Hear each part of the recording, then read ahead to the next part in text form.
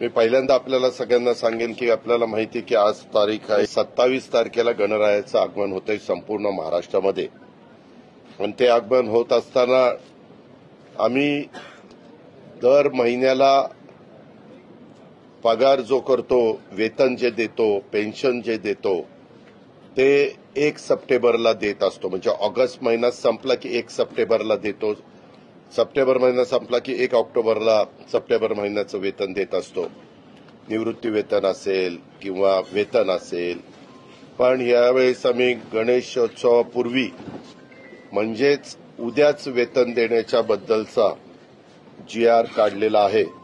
आणि आमच्या महाराष्ट्रातल्या तमाम जे वेतन महाराष्ट्र सरकारकडनं दिलं जातं, अधिकाऱ्यांना, कर्मचाऱ्यांना, तसंच निवृत्ती वेतन दिलं जातं, जे आमचे पेन्शनधारक आहेत आणि कुटुंब निवृत्ती वेतन, हे सगळं आजच्या तारखेला म्हणजे 26 तारखेला हे त्यांच्या अकाउंटला जाईल आणि तशा पद्धतीचा GR आम्ही वित्त विभागाने काढलेला आहे.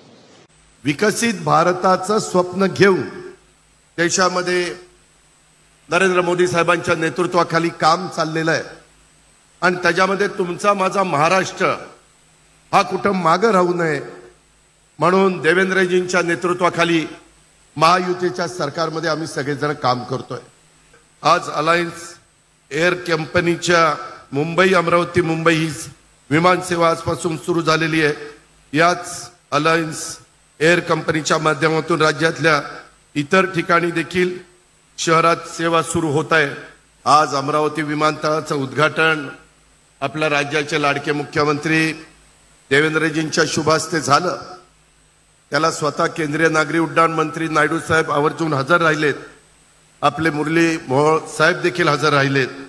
त्यांचं मी राज्याच्या जनतेच्या वतीनं मनापासून स्वागत करतो, अमरावतीकरांच्या वतीनं स्वागत करतो. हा केवळ विमानतळ प्रकल्प नाहीये,